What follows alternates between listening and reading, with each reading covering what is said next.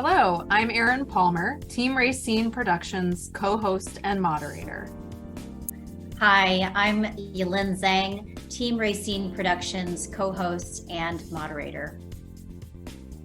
Joining us is John Kim. Hi, John. How's it going, Erin? How are you? Good, how are you? I'm doing great. I'm really excited to be here with y'all. Hi, John. It's really good to have you with us today with Erin and I. Would love for you to start by introducing yourself to our viewers and telling us about your background and experience. Yeah, so my name is John Kim. My pronouns are they, them. I'm a queer, first-generation Korean American living in DC. I've been in DC for about 5 years now. And this past October, I've won the high heel race. And then the year before I won the high heel race. So it's a little like my little local fame moment that I'm living and I'm loving it. And I am a queer business owner. I run my own personal training and mindfulness coaching business. And yeah, I really enjoy DC so much. I love the music. I love the people. I love the outdoors here. It's such a beautiful city. That's I'm sorry, Yilin. Before we get into KIMFIT coaching, can you tell us a little bit more about your participation in and winning the high heel race? Yeah, it is my favorite event in DC. I think I did it 5 years ago for my first time doing the high heel race. And back then I had no experience in heels. Like the day before, I was still living back home in Fairfax with my parents. I remember literally going through my mom's closet and trying on heels. I'm like, okay, I think I could do this. And like the next day, I like ran to like I think Nordstrom Rack nearby and like bought like the largest heels I could find. And I was at the time I was also working at Equinox, and so I was like practicing around while also working. And then later that night, I ran it. It was the hardest thing I've ever done. Well, you did it beautifully. Thank you. And so that was the first year, and then I did it a year after, and then COVID hit, and then last year I ran it. It was so much fun, and I like won it. And then this year I was like, why not try it again? And so this year was even more fun. Like the energy was there. I feel like this year was like the biggest crowd I saw. I've seen in like the 4 years I've done it. And it's so much fun to just be a part of such an amazing event that happens in DC. Really highlights our, LGBTQ plus community here, all the bars and all the history behind the 17th Street high heel race and like how it was even started. And so it's really cool to kind of be a part of that history now, and like also just kind of be a part of DC as much as I can, as I love it so much. Both Yilin and I were there, and as she mentioned, we saw you race by, and I had my kids with me, including my 7-year-old, who was very eagerly watching and was really inspired to see the race. So thank you. Oh, thank you. Yeah. That's so cute. And I did get there a little bit earlier, but there were, like you said, John, so many people. It was hard to get a front row or even a second row viewing. Yeah. So I'm watching all of you from afar. I was doing a Facebook Live with Rayceen, and we were promoting the high heel race. And I asked Rayceen, has anyone ever been injured running in high heels? Because I can barely walk in high heels sometimes. Yeah. But it seems like everyone just does it so gracefully. I know it is so scary because, like the roads, you never know how well they're going to be, or like it could just be like one little like pebble and that can ruin you. Yeah. But nobody fell this year, and I don't think anybody fell last year either. And so I guess the spirit keeps living on. Yeah. And yes, I want to echo what Erin said. Just big congratulations to you winning this second time in a row. And it's such a fabulous community event. It really makes me proud to be a DC resident. So thank you. And as Erin mentioned earlier, we would love to segue to speak about KIMFIT coaching. And maybe you could get started by just telling us what were you inspired by to start your business, and how is it going right now? Yeah, KIMFIT coaching started during the pandemic. Again, I was working at Equinox at the time, but with, when the shutdown happened and we essentially were out of the gym, we didn't really have any space or anything to do. And then that kind of shuttered into a lot of clients, stopping training because, there wasn't that in-person experience anymore. And so the COVID really changed like the fitness industry of how we work with our clients, both, in person, virtually, or now in this hybrid lifestyle that we kind of work in. And so through that, especially during COVID, the first 6-7 months was a lot of virtual stuff, and KIMFIT coaching kind of came about for me to give some workouts, give some tips, give some mindfulness activities on social media for my friends and for people on Instagram and people on Facebook. And that dream in 2020 kind of built up to doing stuff outdoors. And then also, with the rise in Asian hate crimes, I was able to do like a fundraising fitness event, and we were able to raise like, I think $400. And to do that, to just kind of bring some awareness and to also share my background as a queer Asian person, which you don't really see in the fitness industry either. And so to kind of be someone to champion that and also to continue to give back to my community was really important.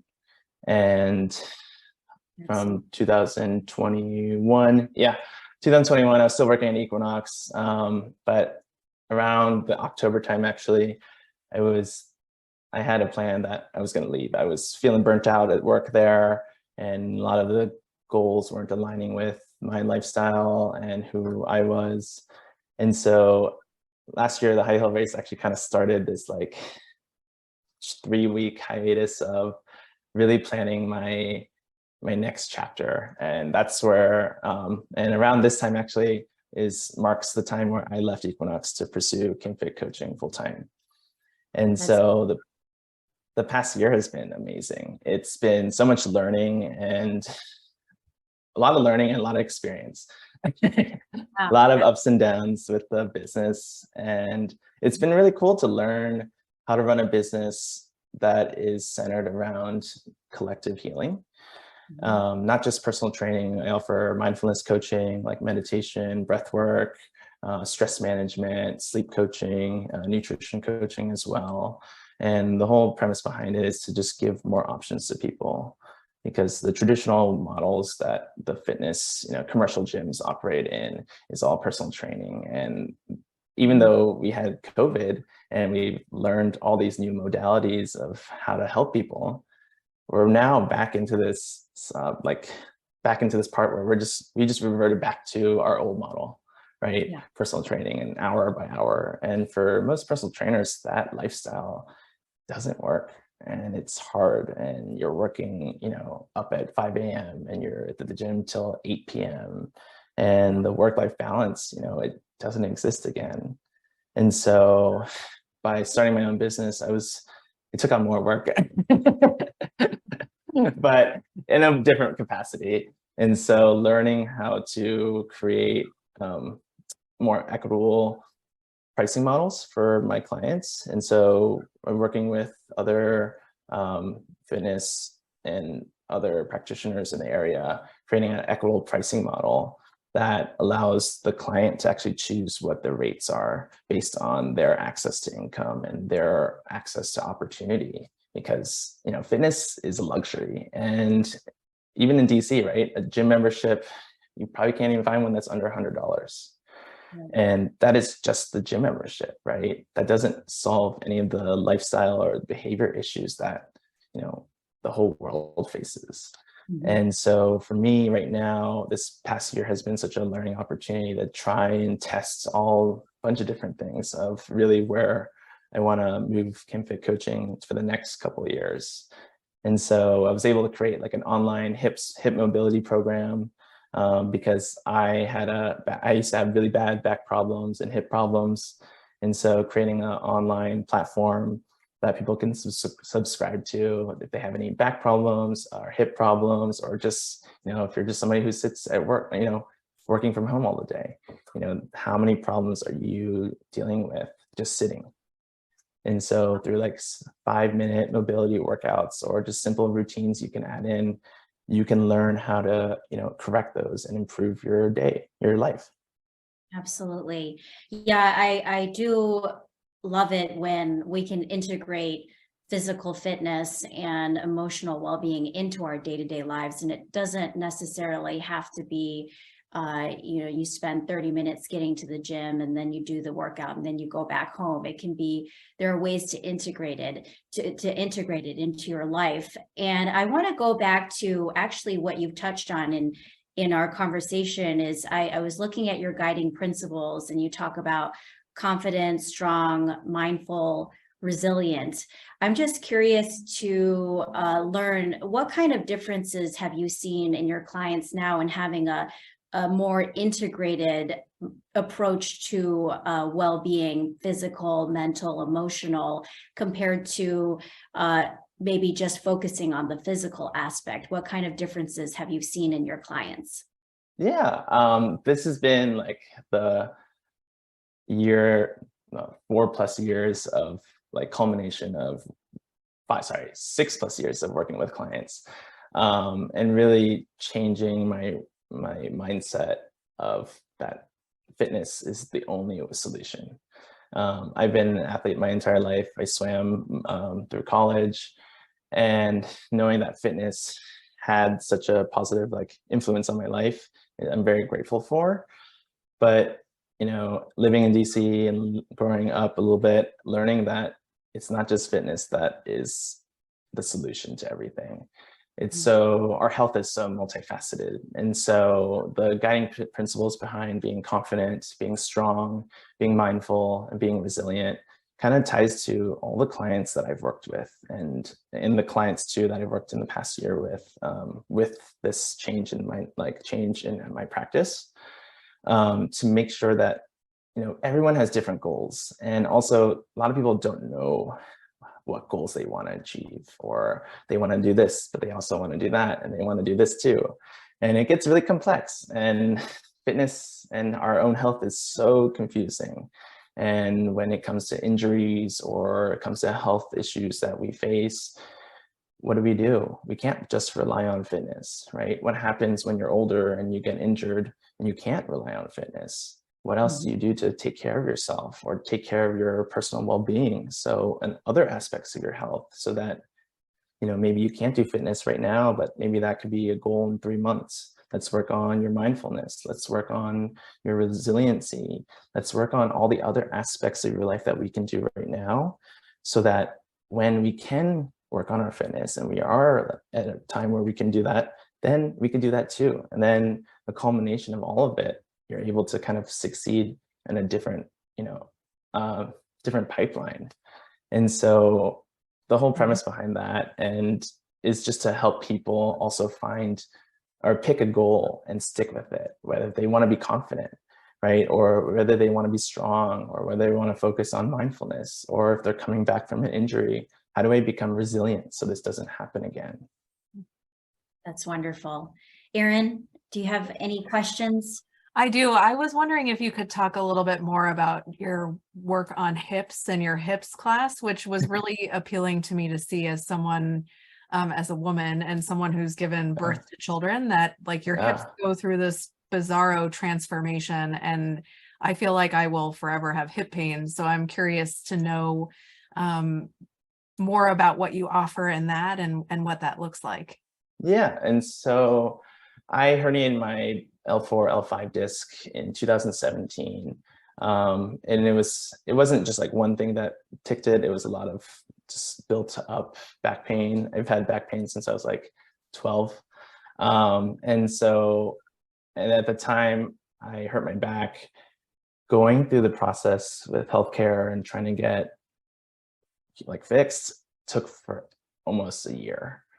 And dealing with the pain and like agony, and like it kind of debilitated you, and dealing with that and knowing that there wasn't really like a solution, working with physical therapists, working with trainers, all these different things, it was really tough. and relying heavily on like medication, which really wasn't the way I wanted to go, was really tough for me too. And so throughout that time, and when I started to get better, I was just solely focusing on how do I fix myself. And so I had to change how I worked out. I had to change how I did everything.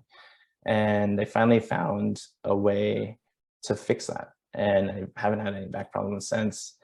But when I started working as a personal trainer, especially here at Equinox in 2018, I started getting more clients with back injuries. And, you know, I would at least I normally have about 5 clients with some sort of back or hip injuries or some sort of pain. And pregnant women. I've learned so much from it. I will never experience it. So I can't speak to it, but from the experience from clients, taking some moms through the whole pregnancy process from the prenatal to the postnatal has been such a rewarding and amazing, such a unique job that I get to do.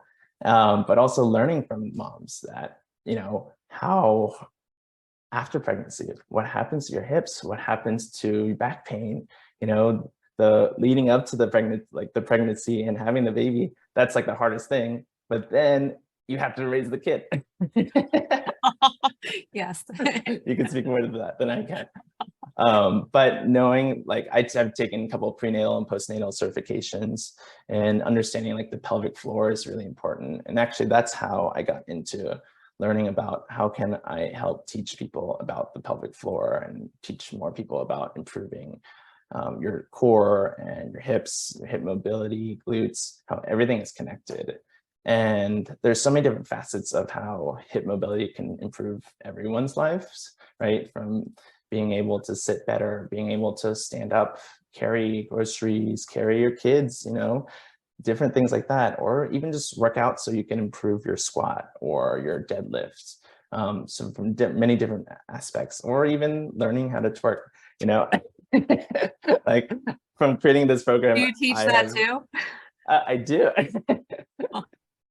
Because they all connect together, and it's all about like really training your core and the mind-body connection, and doing it very slowly and gently instead of, you know, how traditional models, because you can't really see anything online or in person that teaches you about that, or in a way that is helpful for the people. And sometimes hip mobility and doing these types of movements can be awkward at the gym too. So being able to do it wherever you are at home, you know, whether you're on the go, you can do that. And so that you can gain just better awareness, and you can start fixing yourself all at home without having to hire a specialist, or, you know, wait for some physical therapist or some acupuncturist or some personal trainer. So at least it could give you a starting point to work on stuff at home. And if that solves some of the issues, then you can move on to something else. Or, you know, if this is what you're going to do at home and then you have another plan at the gym, it kind of creates that hybrid lifestyle. This is so cool, John. Can you please tell our viewers how they can learn more and keep up with you and see what you're up to and working on? Yeah, always working on new projects. You can find me on www.kimfitcoaching.com. I'm also on Instagram. My fitness stuff is all on at Coach KIMFIT. So that's on my Instagram, Twitter, TikTok and YouTube. And then my personal Instagram, which is kind of shifting how turning a lot of it more into like behavior and habits, and teaching a little bit more about mindfulness. My mindfulness coaching site more is at JK Swam. Mm-hmm. And yeah, and that's it right there. I am located in Washington, D.C. I train in Georgetown currently, and hopefully within the next year, we'll have a home location for KIMFIT coaching soon. That's the big goal, is to have a brick and mortar location, a wellness space, really, that kind of combines everything that we were talking about: to be confident, to be strong, to be mindful, resilient, to create more equitable services for people, for our members and clients, and for people who live in Washington, D.C. You know, we should have access to really good care And it shouldn't have to cost an arm and a leg to be able to afford that and to live like that. And because, yeah. Yeah. Oh, no, thank you. Thank you, John. And I just want to reiterate. So you were saying your clients or potential people who are interested can find you in Georgetown, or they can meet with you virtually. Is that right? Mm-hmm. Yes. Okay, wonderful. Well, just wrapping up, is there anything else you'd like to leave our viewers with today? I mean, just keep following me. If you really want to follow me for most day-to-day stuff, follow me on JK Swam. Something else that I am trying to do is do more events for the LGBTQ plus community in DC. My partner and I DJ as well, like house and disco music. And so we actually did an event in July. We did combined music, meditation, movement all together into this cool disco party that came after that. And so we're probably going to have one in this upcoming winter, and then hopefully that becomes something more regular. And so just getting more wellness and different types of events for our community out there. That sounds like a lot of fun. Really enjoyed, Erin and I both enjoyed listening to everything that you have going on. So again, viewers, please find John on Instagram and various social media platforms. And viewers, again, please look for the description below for links. And again, Erin and I would like to thank you, John, for being with us today. Thank you so much. Thank you so much. It's great talking with you. Thank you. Take care. To those watching, please follow Team Rayceen on social media and subscribe to the Team Rayceen YouTube channel. And viewers, thank you for watching.